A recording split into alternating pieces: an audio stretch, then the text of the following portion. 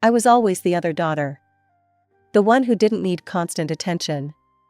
While my younger sister Sarah battled asthma, I battled invisibility in our own home. Every morning started the same way, Mom rushing to Sarah's room to check her breathing, while I got myself ready for school. "Sarah, honey, how are you feeling today?" "Let me check your temperature," Mom would say, her voice dripping with concern. "Don't forget your inhaler. Do you want me to call Dr. Thompson?"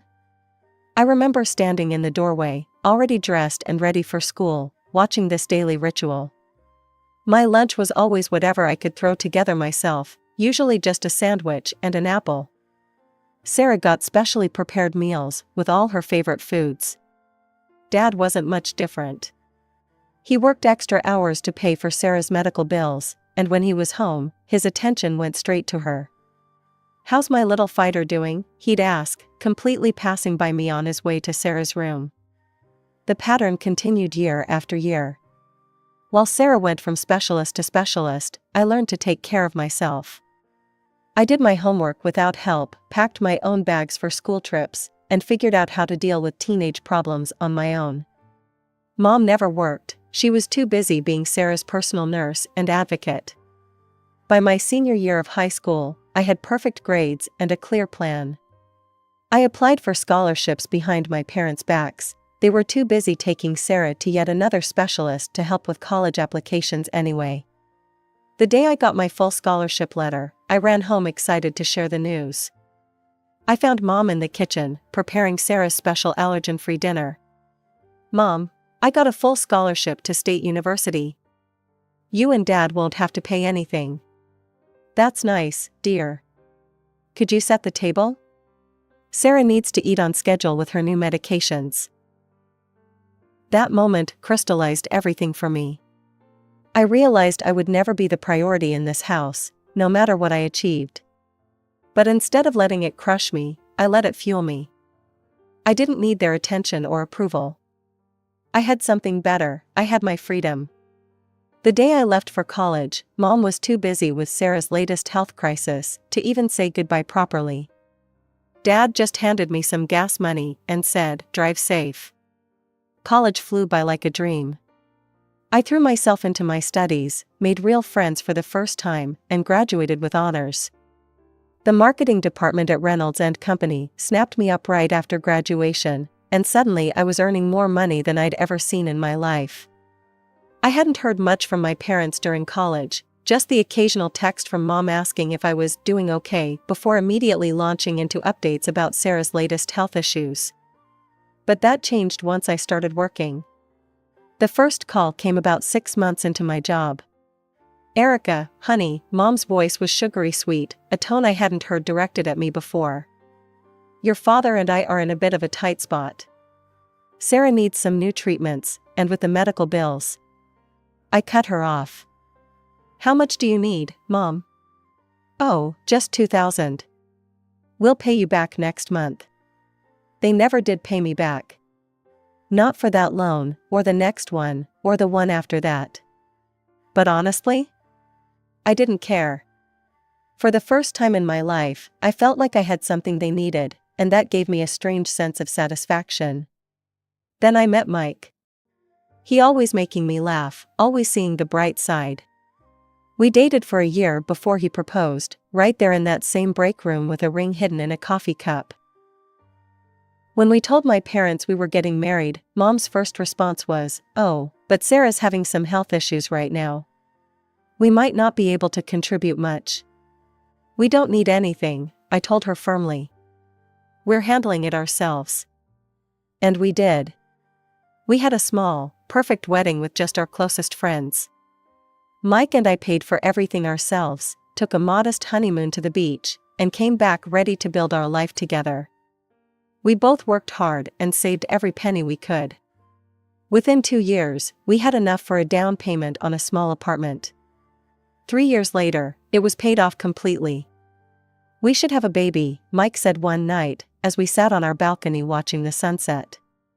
I looked at him, this wonderful man who had given me everything I'd never had growing up, unconditional love, support, and a true partnership. "Yes," I said. "We should." Emily was born on a spring morning, perfect and healthy. Mike was the proudest dad I'd ever seen, taking pictures of every little thing she did. When she was 2 months old, he got a big promotion at work. Just one business trip, he told me, kissing Emily's forehead.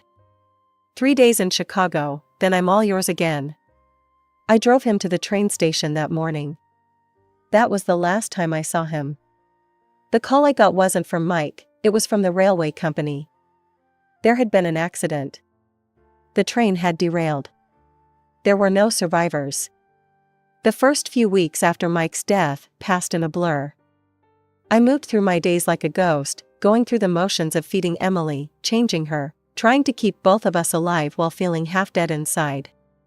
The insurance company called with details about Mike's life insurance policy, but money wasn't what I needed most right then. I needed help. "Mom," I said over the phone, my voice cracking. "I can't do this alone. Could you help me with Emily? Just for a few months while I get back on my feet. I'll pay you, whatever you want." There was a long pause on the other end. "Oh, honey," Mom said, and for a moment I felt hope. Then, I'm not as young as I used to be. Taking care of a baby is so demanding, and with my blood pressure. I just can't risk my health, Erica. Maybe you could hire someone? You have the insurance money now, right? The words hit me like a slap. I thought about all those years Mom had devoted to Sarah's care, how she'd never worked, because Sarah needed her constant attention. But now, when her other daughter needed her, when her granddaughter needed her. "Yeah," I said flatly. "I'll figure something out." And I did. I found a wonderful nanny named Maria who loved Emily like her own.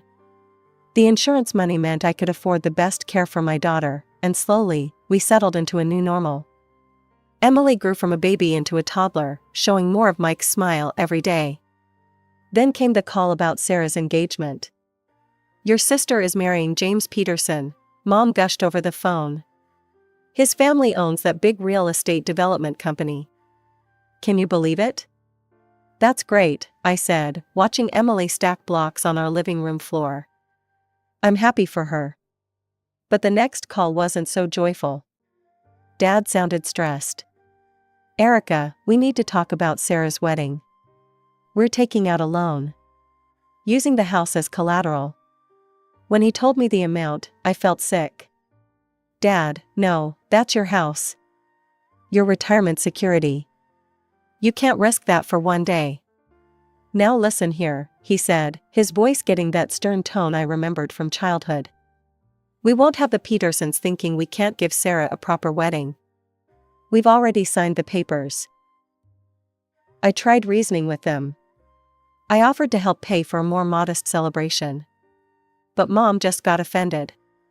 "You don't understand, Erica. This is Sarah's big day. She deserves her dream wedding. We can't have her future in-laws thinking we're common." I thought about my own wedding, small, modest, perfect. Mike and I had paid for everything ourselves, proud to start our life together without debt.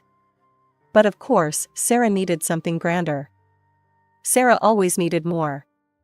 Sarah's wedding was exactly what you'd expect, extravagant, over the top, and, according to Mom, absolutely perfect. Then Sarah moved away with James to Boston, and suddenly my parents' perfect daughter wasn't so perfect anymore. "Can you believe she won't even take our calls?" Mom sobbed into the phone one evening. "We took out that loan for her wedding, and now she won't even help with the payments." I bit back an "I told you so" and instead said, "That must be hard, Mom." Gradually, my parents started calling more often, not just when they needed money. They wanted to see Emily, invited us for Sunday dinners, remembered my birthday for the first time in years. It felt nice. Like maybe we could be a real family. I started helping them out, paying bills here and there, buying groceries. For Dad and Mom's 35th wedding anniversary, I surprised them with a 2-week vacation to Florida and a new car for Dad. "You're such a good daughter, Erica," Mom said, actually hugging me. It was the first time I could remember her doing that in years. Then Dad got sick. Really sick. something with his heart that kept him out of work for months. One evening, they asked me to come over after Emily's bedtime. "We're going to lose the house," Dad said, his voice weak. "The loan payments, without my salary." Mom was crying. "We don't know what to do, Erica. We're behind on payments already." "Move in with us," Mom suggested suddenly. "We could help with Emily after school, and you could help with the loan payments." "Please, sweetheart. We don't want to lose our home." I thought about my apartment, my independence, the life I'd built for myself and Emily. "I don't know, Mom. It's an hour commute to work from here." "Please," Dad said, and I saw real fear in his eyes. "We'll make it work. Emily would love having her grandparents around." They were right about that part. When I told Emily we might move in with Grandma and Grandpa, her whole face lit up. Within a month, we were moved in. I found good tenants for my apartment, a young couple with steady jobs who signed a year-long lease. Emily was overjoyed, running around the house exploring every corner like it was a magical castle. I took over the loan payments and most of the household expenses. Mom seemed to transform overnight into the grandmother she'd never been before, picking Emily up from school, helping her with homework, making her favorite snacks. "Look what Grandma made for you, Emily," she'd say, pulling fresh cookies from the oven. Emily would beam, and I'd try not to remember all the times I'd come home to an empty kitchen as a child. For a while, it seemed to work. Dad's health improved, though slowly. I adjusted to the long commute, telling myself it was worth it to see Emily so happy. Every month when I made the loan payment, I reminded myself that I was helping my parents keep their home. But there was always this nagging feeling in the back of my mind, a voice that whispered, "How long can this last? When will the other shoe drop?" After Dad recovered and returned to work, I noticed Mom started making excuses about watching Emily. "My back hurts today, Erica. I'm not as young as I used to be. It's so exhausting keeping up with a child her age." Finally, one morning, she just came out with it, "I think you should hire a nanny. I can't handle this anymore." So I hired Karen, a sweet older lady who clicked with Emily immediately. Every morning, I'd leave for my hour-long commute to work, wondering why I was still living in my parents' house when I had a perfectly good apartment across town. But every time I mentioned moving back, Mom would bake her famous apple pie, the one she knew Emily loved, and say things like, "Oh, but we love having you both here. Don't we live so well together?" Emily would beam, her face covered in apple filling, and I'd push down my frustration for another month. This went on for 2 years. Then one evening, Mom and Dad sat me down after Emily went to bed. "Honey," Mom started, her eyes already welling up. "We still have 2 years left on Sarah's wedding loan."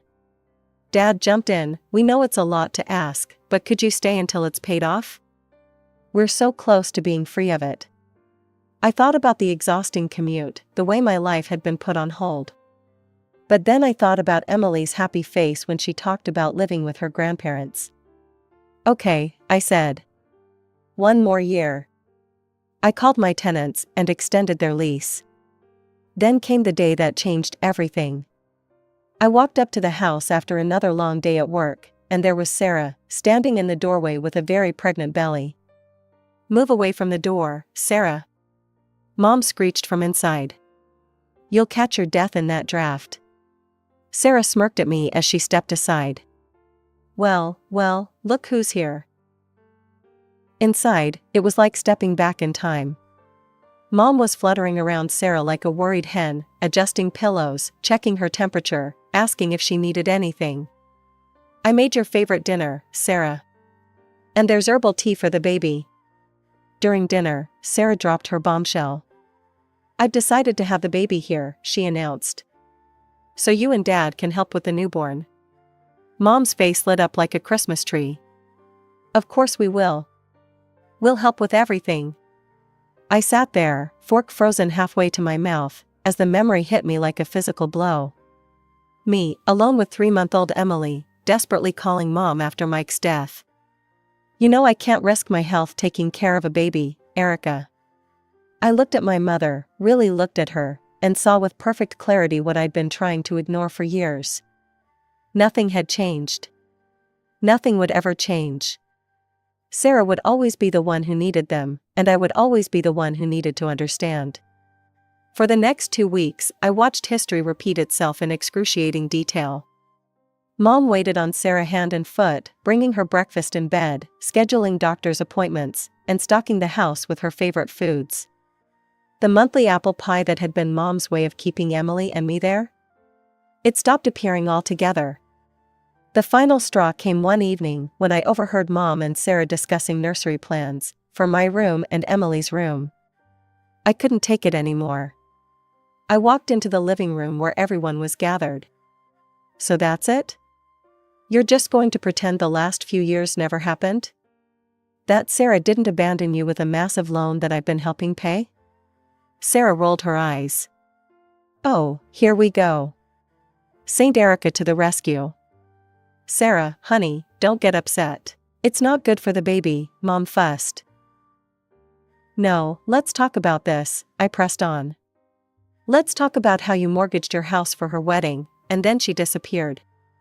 Let's talk about how I've been paying that loan while she was off living her best life. That's none of your business, Sarah snapped. Nobody asked you to pay anything.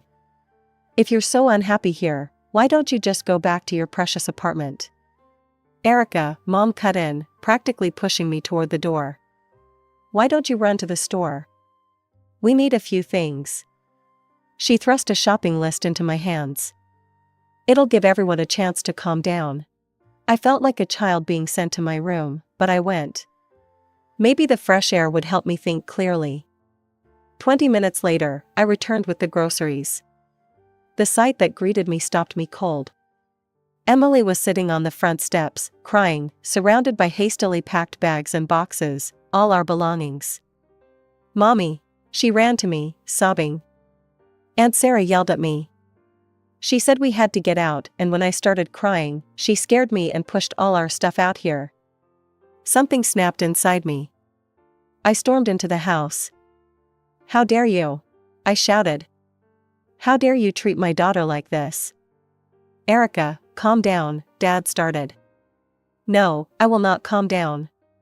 For years, I've watched you favor Sarah.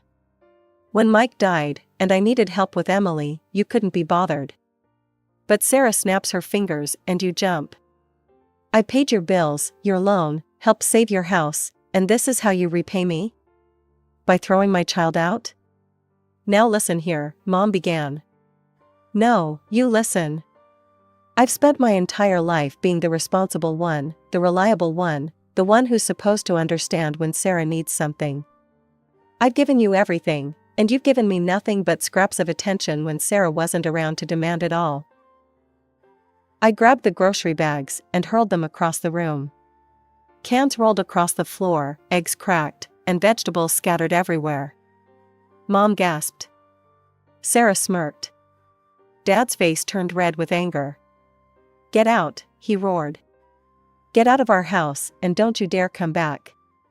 You're no daughter of ours, Mom added, her voice cold. We never want to see you again. I stood there, breathing hard, looking at these people who were supposed to be my family. Then I turned and walked out, closing the door on 28 years of trying to be good enough. Standing on the sidewalk that night, surrounded by hastily packed bags and boxes, I felt completely lost. Emily's small hand gripped mine tightly as tears rolled down her cheeks. I pulled out my phone with trembling hands, trying to think clearly. Our apartment was rented out for another year, and I couldn't just kick the tenants out. Legally, I needed to give them 3 months' notice. I called a nearby hotel first, then ordered an Uber XL to help with our bags. As Emily fell asleep in the hotel bed that night, I sat in the darkness with my laptop, searching for temporary apartments. The next morning, I found a furnished month-to-month rental about 15 minutes from my office. It wasn't perfect, but it would do. I called my tenants while Emily was eating breakfast. Hi, Lisa, I said to my tenant. I hate to do this, but I need to give you notice. Some family circumstances have changed. Lisa was understanding. Of course. We'll start looking right away. Take care, Erica. The next 3 months were strange.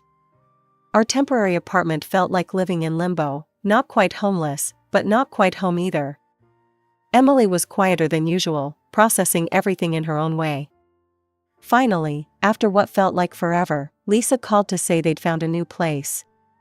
3 months to the day after being thrown out of my parents' house, Emily and I walked back into our apartment. The moment I turned the key in the lock, something shifted inside me. This was our home. Our safe place. No drama, no favoritism, no walking on eggshells. We're home. Emily ran from room to room, rediscovering her old toys and books we'd left behind. That night, after Emily was asleep, I sat down and really looked at our finances. We were doing well, better than well, actually. Without supporting my parents, I had extra money each month. I opened a new savings account specifically for Emily's college fund and set up automatic monthly transfers. Over the next few weeks, we settled back into our old routine. Emily went back to her old school, where her friends welcomed her back with open arms.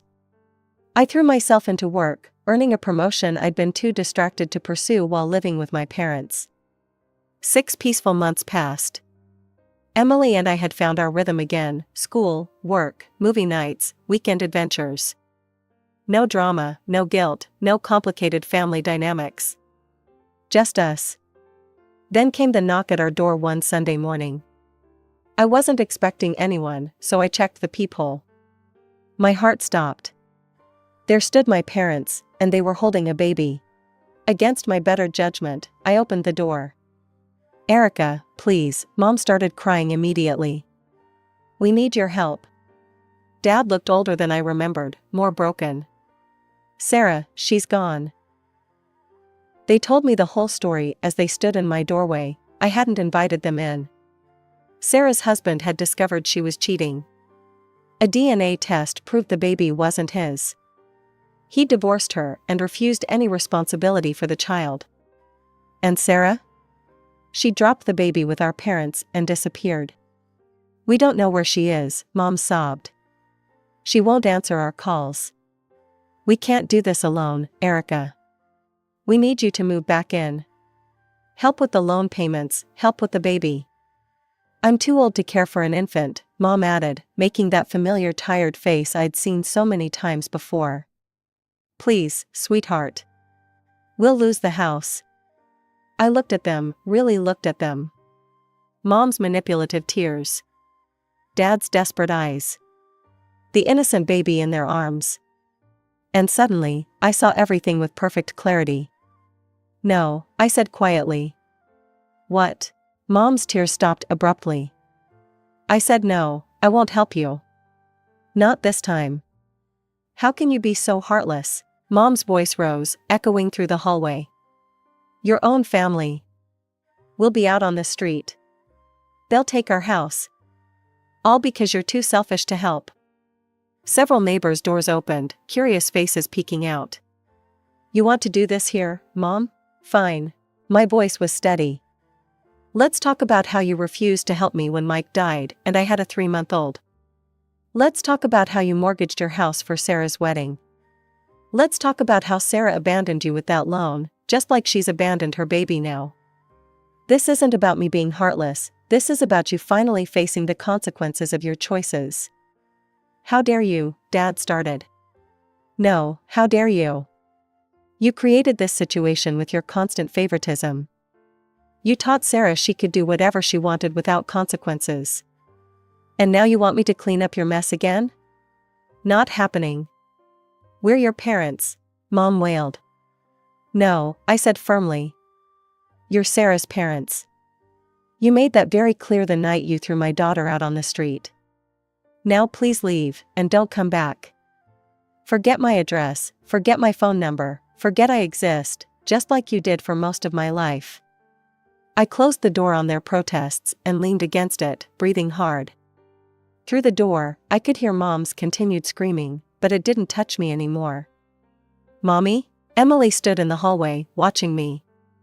"Are you okay?" I walked over and hugged her tight. Yes, baby. I'm better than okay. I'm free. That was the last time I saw my parents. I don't know what happened to them or Sarah or the baby.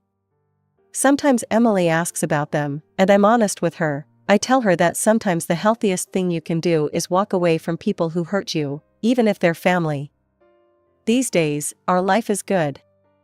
Emily is thriving in school, I love my job, and we're building the kind of life I always dreamed of, one based on real love, not obligation or manipulation. Sometimes, late at night, I look at old family photos and feel a twinge of sadness for what could have been. But then I look at Emily, growing up strong and secure in the knowledge that she is loved unconditionally, and I know I made the right choice.